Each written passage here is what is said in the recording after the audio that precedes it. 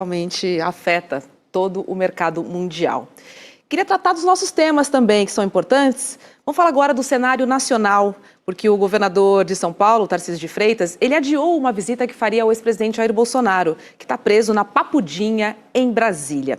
Segundo a Secretaria de Comunicação do Estado, o Tarcísio pediu o adiamento por causa de compromissos aqui em São Paulo. Então, uma nova data deve ser agendada.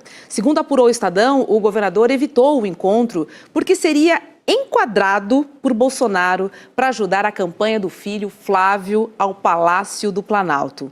Aliados do ex-presidente demonstraram um descontentamento com o adiamento, interpretando o gesto como uma decisão política.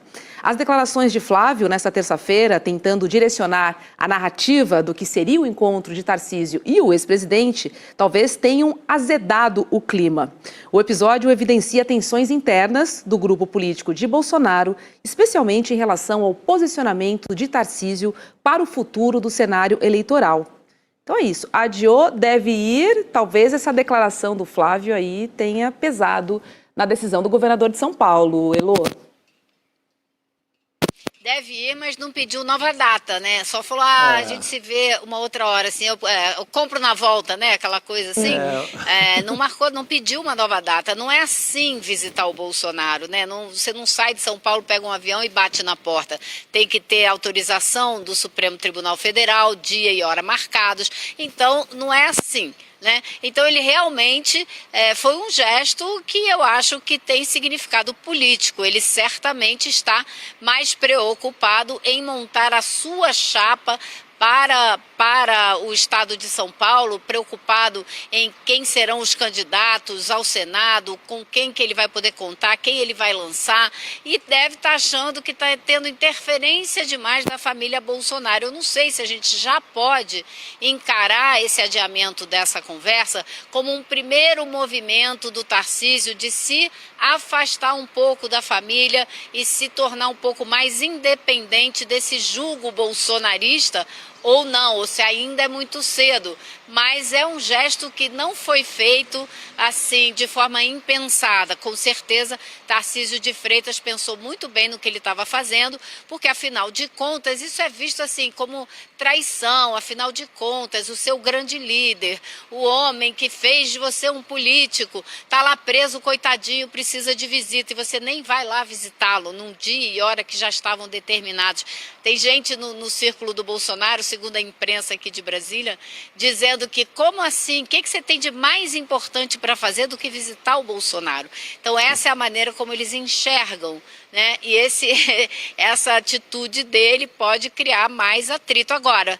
Por outro lado também, a gente tem que levar em consideração que os bolsonaristas, né, a família Bolsonaro, hoje em dia também precisa do Tarcísio. Não é uma via de mão única mais. O Tarcísio é o governador de São Paulo e, segundo as pesquisas, vai se reeleger com certa tranquilidade. Então ele também tem lá o seu capital político para colocar nessa equação, né? E aí, Juliano, será que o Tarcísio botou o problema mais para frente? Assim? A pergunta que fica, né, Roberto, é por que ele cancelou essa viagem no dia que saiu uma pesquisa, que é a pesquisa Atlas, que a gente vai comentar mais detidamente daqui a pouco, mas que mostra o Flávio Bolsonaro se descolando do Tarcísio. Tem um cenário, que é o presidente Lula ganha de todo mundo na pesquisa, o pessoal deve ter visto isso já nas redes sociais, mas tem um cenário onde concorrem Flávio e Tarcísio. O Flávio bate 18% e o Tarcísio 11%. Ou seja, essa ideia de que o Tarcísio poderia ter voo próprio sem o aval da família Bolsonaro caiu por terra. O Flávio não existe. Flávio Bolsonaro vai se consolidar como o nome do bolsonarismo, né? Claro, o Tarcísio não tem um prêmio de consolação qualquer. Ele é o governador de São Paulo. E vai para a reeleição com muita força, com chance de vitória. Então não é um prêmio de consolação qualquer. Tarcísio é um cara ainda jovem, não é um sujeito que está no fim da sua carreira política, muito pelo contrário, está começando agora. Mas eu acho que a Elô está corretíssima, quer dizer, pode ser que essa não ida a Brasília nesse momento, no momento em que sai pesquisa que mostra que o Tarcísio não tem esse fôlego todo, também seja para dar uma esfriada, né, nessa pressão que o Tarcísio tem sofrido de agentes do mercado, principalmente, que não querem o Flávio, porque sabem que com o Flávio a vitória do presidente Lula fica mais mais assegurada, mais encaminhada, né? E que querem manter o Tarcísio no páreo. Sai uma pesquisa em que o Tarcísio está 7 pontos atrás do Flávio, e ele indo para Brasília reforçaria a ideia de que é candidato, talvez ele tenha colocado o pé no freio, aproveitando essa pesquisa que saiu hoje também. E aquela coisa, né, Chico? O Flávio tem um sobrenome, o Tarcísio não é um nome nacional. Não, não é. Né? Eu até imaginava que ele tinha feito alguma... criado alguma coisa mais substanciosa na política. Não criou.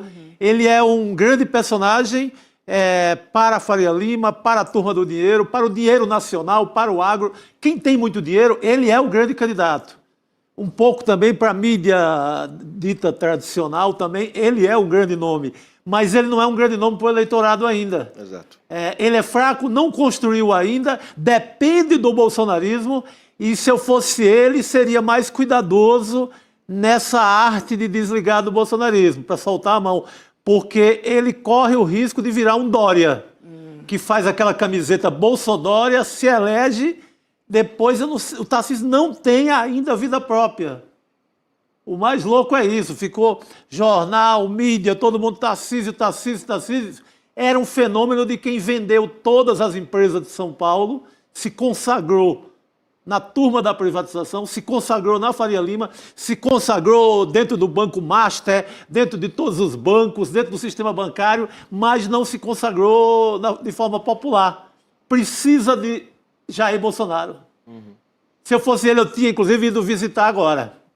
Teria ido, então. Ah! Já botar a bola no chão. Não, imagina, Eu dependo dele. imagina a hecatombe que é o bolsonarismo dizendo: você não está sendo fiel o suficiente, estamos lançando aqui o Derrite, estamos lançando aqui o irmão do Bolsonaro, estamos lançando aqui algum bolsonarista um Bielinski da vida. Imagina a confusão que isso seria aqui em São Paulo. Aliás, seria lindo, né?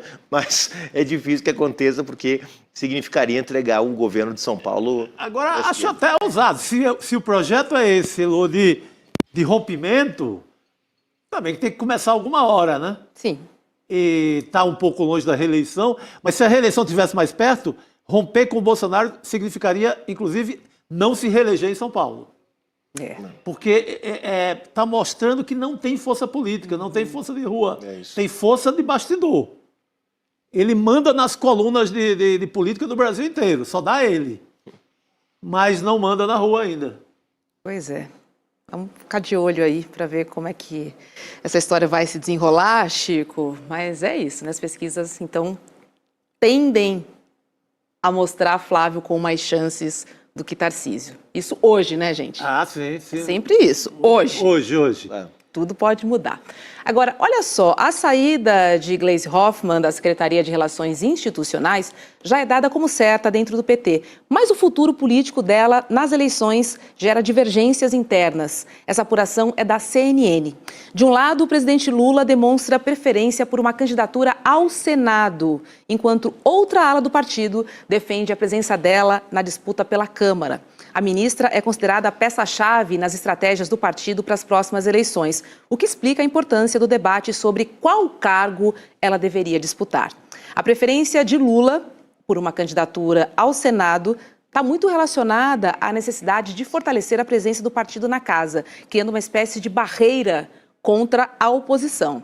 A gente sabe que o Senado é peça-chave e fundamental das nossas eleições deste ano, né, Chico? Mas o Paraná é difícil, né? Pode ser bem votada e tal, mas eu duvido muito numa eleição de alguém da esquerda para o Senado no Paraná. Não tem que largar a mão e não disputar, tem que disputar. Mas eu acho que está certa a corrente que vai aproveitar o grande nome que é a Gleisi para elegê-la à Câmara. Fazer uma grande bancada também na Câmara. A meu ver, não tem chance no Senado. Mas aí é a avaliação de um jornalista que olha a política do Estado do Paraná, olha o que a gente tem vivido nos últimos tempos em relação ao Paraná. Tem gente com mais fé do que eu, mas eu acredito que não dá para Senado, para a esquerda no Paraná. O que você acha, Juliano? Acho que o mais importante é que a gente está diante de uma situação que vai se repetir.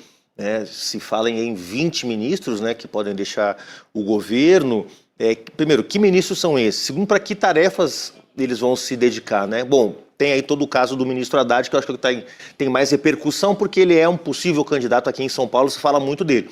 Mas eu vi uma notícia no final de semana de que o ministro da Educação, um ministério importantíssimo, com muitos contratos, né, com uma série de atribuições que são impostergáveis, né? Quer dizer, você não pode atrasar a chegada do livro, da merenda, quer dizer, e o ministro deve sair também.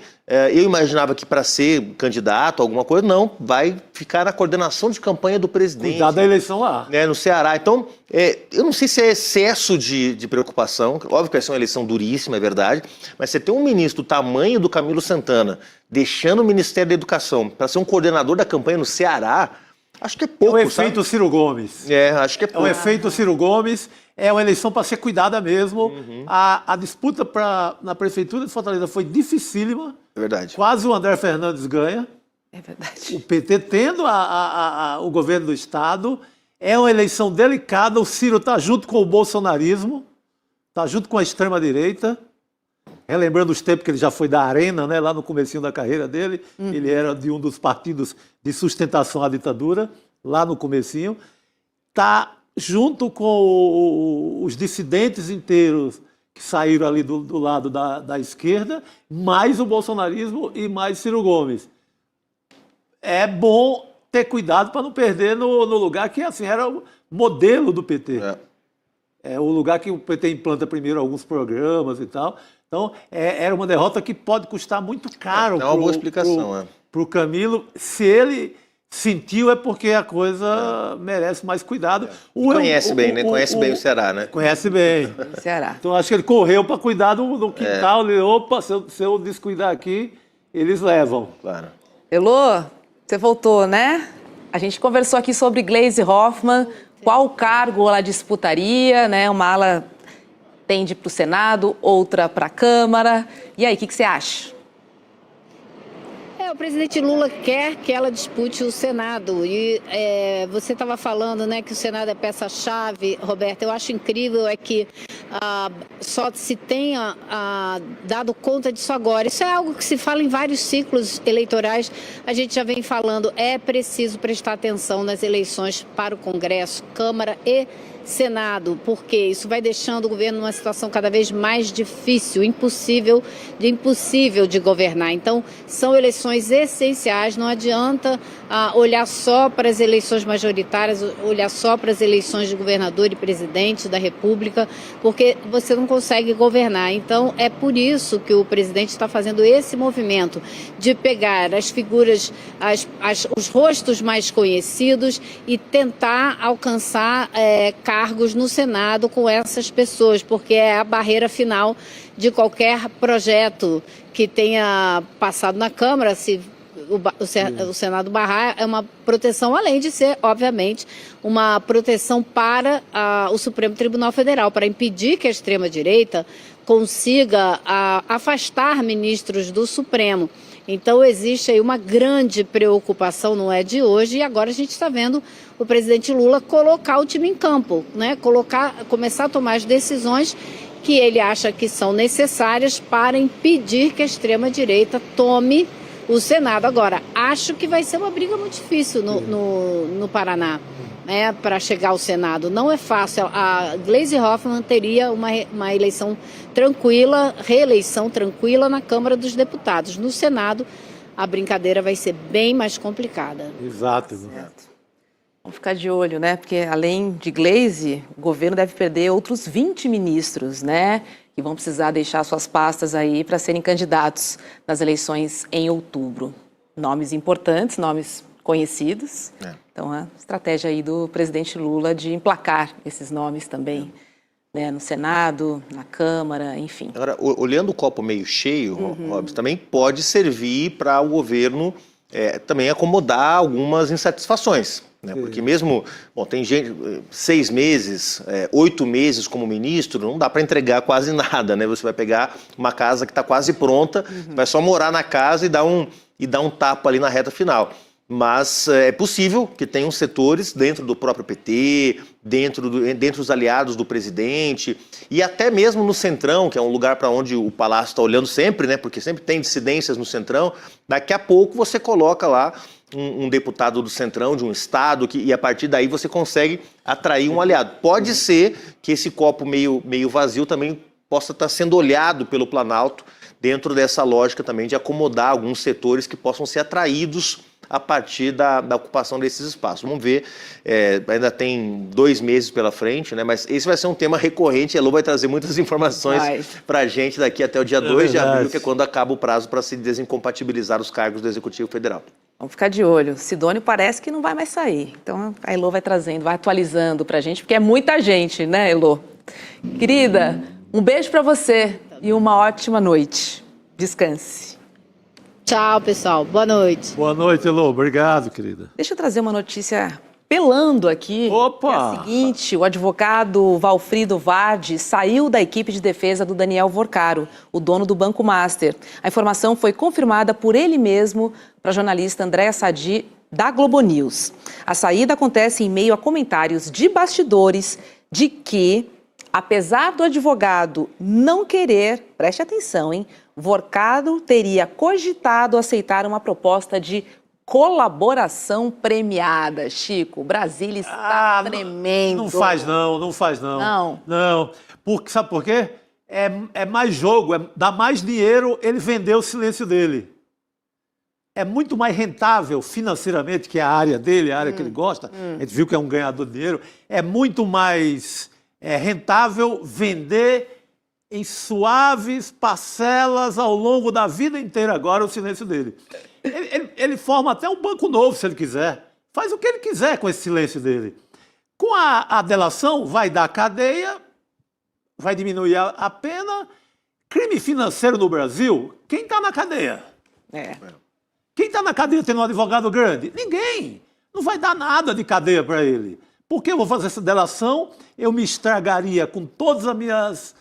com todos os meus sócios, amigos, investidores, complicaria a vida dessas pessoas, não ganharia um centavo, pegaria a mesma cadeia que eu vou pegar, porque crime de mercado financeiro, a gente vê que ninguém fica preso mais do que 10 dias, pegando o melhor escritório de advocacia de São Paulo, não fica. Não fica mesmo. Impressionante como o crime compensa, né? Então, o silêncio dele vale ouro. Sabe esse ouro todo que o mundo está investindo agora, com medo da crise? Da né? crise? Ele vai ganhar esse ouro todo. Você acha que isso é teatro, Juliano? Ele está jogando, está atuando, Difícil saber, testando Roberta. os limites ali? É difícil saber. No caso, o que dá para saber é o seguinte, o Valfrido Vardi, o escritório Vardi Advogados, onde está o Rafael Valim, o Valfrido Vardi, vários dos maiores juristas do Brasil, é um dos escritórios mais críticos a esse modelo que a Lava Jato implementou de delação premiada mediante coerção. Você prende, você bloqueia os bens e aí você força o sujeito a fazer uma delação premiada num contexto em que ele faz a delação e entrega quem tem que entregar. A gente viu muito isso na Lava Jato, né? E isso foi usado e criou mesmo um estado de coisas completamente inconstitucional, porque a delação virou, na verdade, um instrumento mediante tortura, né? Não é o caso do Vorcaro. O Vorcaro não está preso, o Vorcaro não está sendo torturado, né? Não está mediante nenhum tipo de coerção. Ficou muito pouquinho tempo na cadeia, como lembrou o Chico Sá, em prisão preventiva, mas a turma lá do escritório, eu sei que tem uma crítica ao modelo, a esse modelo da delação premiada, né? Prefere ir para a briga, prefere defender o cliente, perder, ganhar, mas tem muita crítica, né? Agora, a gente ainda tem muita coisa para saber sobre esse caso, né? O que se sabe hoje, especificamente, é a fraude financeira, ou seja, colocar no mercado papéis com valor que não existia, né? Papéis com valor fake. Isso é uma fraude financeira, isso dá cadeia. Como disse o Chico, pouca cadeia, mas é um crime, está no Código Penal. Tem mais coisa por trás? Tem lavagem de dinheiro? Tem relação com um crime organizado? Essas coisas valeriam uma delação. Sim. Porque entregar aos agentes públicos que facilitaram que essa fraude se perpetuasse no tempo é importante? Vai prender talvez aí 2 ou 3 diretores do BC, talvez pegue um ex-ministro do governo Bolsonaro, porque isso não começou aqui, começou lá atrás, e por aí fica. Agora, será que o Workaro e o Banco Master estão por trás de outros tipos de crimes mais complexos, né, isso sim seria algo que valeria uma investigação e valeria uma delação premiada. Você pega, por exemplo, o cunhado dele, o Zetel? O Zetel lá, que é pastor da igreja da Lagoinha, lá em BH. Ele já é o maior doador da campanha do Bolsonaro, o maior doador da campanha do Tarcísio, dá 5 milhões entre os dois. Ninguém dá dinheiro por bondade assim. Ele tem ligações fortes com o personagem do Centrão, que a gente sabe. São citados diariamente, no mínimo, o Antônio Rueda, presidente da União Brasil, e o Ciro Nogueira, também, que é um nome de ponta, um grande nome do Centrão. Esse cunhado, ele tem grandes implicações. Ele é só um ramal do Workaro. Dá para fazer uma confusão gigante na política nacional. Eu acho que pega um pouco o governo Tarcísio aqui em São Paulo, pega o Bolsonaro, que já está preso mesmo, mas ele não ganha quase nada com isso. Ele não tem sequer a pena estabelecida. Como é que eu vou fazer uma delação? Quanto eu vou ganhar dessa pena se eu não sou sequer condenado? Quantos anos eu vou pegar? Quantos anos eu vou descontar se eu fizer a delação? Ele não sabe nenhum cálculo, ele não tem nenhum cálculo disso ainda. Não é momento de delação. Pode até chegar esse momento, mas o escritório pode até ter discordado disso. Como é que você já quer delação se você não sabe sequer o tamanho da capivara que você vai pegar? Quais são as acusações, né? Ele está sendo investigado ainda, né? Ele foi preso na preventiva. Quais são as acusações? Qual é a conclusão do inquérito? Né? Ainda está sob investigação, né? E esse, inclusive, é um dos embrólios envolvendo o ministro Toffoli, né? Sim. Que é o quê? Bom, deixa a PF investigar e depois... Não. A PF achou aqui o áudio, me traz. Fez a perícia no celular, me traz. É isso que está levantando todo esse mal-estar, para falar o mínimo, né? Que envolveu a volta do ministro Fachin, quer dizer, toda uma comoção dentro do Supremo em relação ao Toffoli, que a gente vai comentar aqui daqui a pouco. Porque o escritório pode ter desistido também pelos expedientes dele. Estava tentando via TCU uma manobra que Podem ser vários motivos, na verdade. E talvez falar em delação... especulação nossa. Seja mais estratégico, né? Para pressionar também. É o que dá mais... dá confusão, ajuda na venda de Rivotril em Brasília. Ajuda a indústria química, na verdade. É isso. Olha só, minha gente, o ICL realizou a maior pesquisa de opinião já feita no Brasil, com mais de 10 mil pessoas de todo o país que foram entrevistadas com métodos super avançados, tá? Para a gente descobrir a verdade, tá? A gente quer saber a verdade sobre como pensam os brasileiros. E os resultados serão revelados num super lançamento amanhã, quinta-feira, dia 22, tá? Agora, para matar um pouquinho a nossa curiosidade, a gente convocou o nosso super repórter Vitinho na rua para investigar o que é que o brasileiro anda pensando sobre temas importantes, principalmente nesse ano de eleições, um ano que está todo mundo, querendo conquistar o seu votinho. Dá uma olhada, vai lá, Vitinho. O ICL fez a maior pesquisa do Brasil e eu, Vitinho do Vitinho na Rua, fui mandado no centro para fazer uma amostra grátis do que é essa pesquisa. Vamos perguntar para os populosos, queremos saber o que pensa o brasileiro. Dudu, tô contigo, hein? Qual é o cenário profissional dos seus sonhos?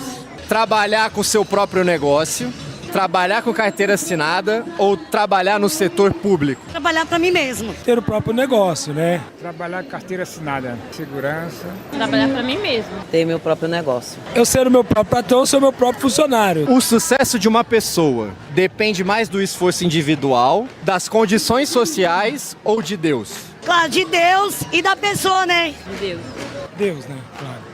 Aí é um conjunto, né? Quero crescer na vida, eu tenho que correr atrás. E o governo também tem que ajudar de alguma forma. E Deus também, Deus está em primeiro lugar em tudo. Você concorda que os mais ricos deveriam pagar mais impostos e os pobres pagar menos impostos? Claro. Deveria ser tudo igual.